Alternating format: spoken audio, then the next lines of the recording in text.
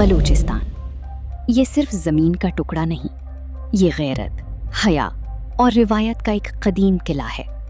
यहाँ की औरत तक़द्दुस की वो बुलंद फसील है जिसकी तरफ मैली आंख से देखना भी कबीले की मौत को दावत देना समझा जाता है। लेकिन आज उसी गैरतमंद मिट्टी की बेटियों को एक ऐसे रास्ते पर धकेला जा रहा है जहाँ कोई रोशनी नहीं बल्कि सिर्फ अंधेरा है। क्या ये मुट्ठी भर इंतहा पसंदों की आज़ादी है, हुर्रियत के नाम पर धोखा है, या हमारी माओं और बहनों के तक़द्दुस के खिलाफ एक सोची समझी दुश्मन की साजिश? रहीमा बीबी का केस कोई इत्तेफाकी वाक़या नहीं बल्कि एक मुनज़्ज़म दहशतगर्दी का शाखसाना है। एक लड़की की सच्चाई ने पूरे ज़मीर को हिलाकर रख दिया है। वो बताती है कि कैसे मोहब्बत और मकसद के नाम पर बलोच ख़वातीन को ट्रैप किया जाता है। ये सिर्फ एक एतराफ़ नहीं बल्कि इस तारीख गढ़े की झलक है जहाँ तालीम याफ्ता और सुलझी हुई बेटियों को ईंधन बनाया जा रहा है। दहशतगर्द नेटवर्क सब बंदूक छोड़कर नफ्सियाती यलगार पर उतर आए हैं। वो जानते हैं कि एक खातून को सिक्योरिटी के हिसार से गुजारना आसान है। वो जानते हैं कि बलोच गैरत का नाम लेकर जज्बात को भड़काना कितना सहल है। रहीमा बीबी जैसी ख़वातीन को बाकायदा हदफ बनाया जा रहा है ताकि बलूचिस्तान की समाजी साख्त को अंदर से खोखला किया जा सके। शारी बलोच, ज़रा सोचिए, एक एमफिल की तालिबा, 2 मासूम बच्चों की माँ, जिसके हाथ में कलम होना चाहिए था, वहाँ बारूद थमा दिया गया। वो ख्वाब जो बच्चों की लौड़ियों में बनने थे, वो कराची की सड़क पर धुएं में उड़ गए। सुमैया कलंदरानी, 25 साला कंप्यूटर साइंस की तालिबा, जिसने टेक्नोलॉजी से मुस्तकबिल बनाना था, उसे 4 साल तक मौत की तरबियत दी गई। माहिल बलोच, एक लॉ कॉलेज की तालिबा, जिसे इंसाफ की पैरवी करनी थी, वो खुद एक ऐसे निज़ाम का हिस्सा बन गई जो सिर्फ तबाही बांटता है। इन बेटियों के वालिदैन ने क्या सोचा होगा जब उन्होंने अपनी लाखती जिगर को कॉलेज भेजा होगा तो उनकी आंखों में डॉक्टर, वकील या उस्ताद बनने के सपने होंगे।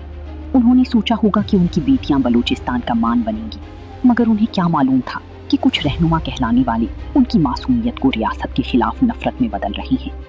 ये महज नजरियाती जंग नहीं, ये नफ्सियाती इस्तेहसाल है।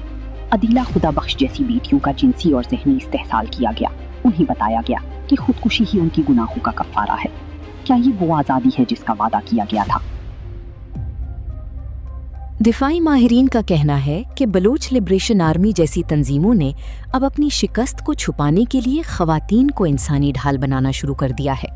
ये तब्दीली एक सोची समझी जंगी हिकमत अमली का हिस्सा है। क्यों? क्योंकि ख़वातीन को आम तौर पर कम मशकूक समझा जाता है, जिसकी वजह से वो सिक्योरिटी इदारों की कड़ी निगरानी से बचकर हसास मकामात तक रसाई हासिल कर लेती हैं। बलूचिस्तान की हवाओं में आज भी कुछ सवाल भटक रहे हैं। क्या हमारी बेटियों की तकदीर बारूद की बू में लिखी जानी थी?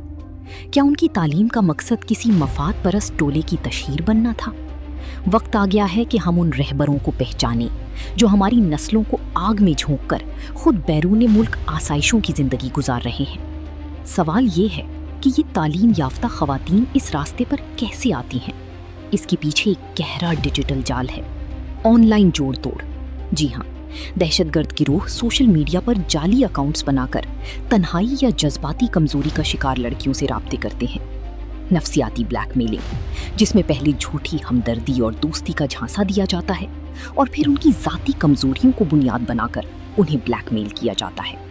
झूठे वादे दिए जाते हैं, उन्हें खुद मुख्तारी और एक रोशन मुस्तकबिल के ख्वाब दिखाए जाते हैं जो हकीकत में मौत के गढ़े पर ख़त्म होते हैं।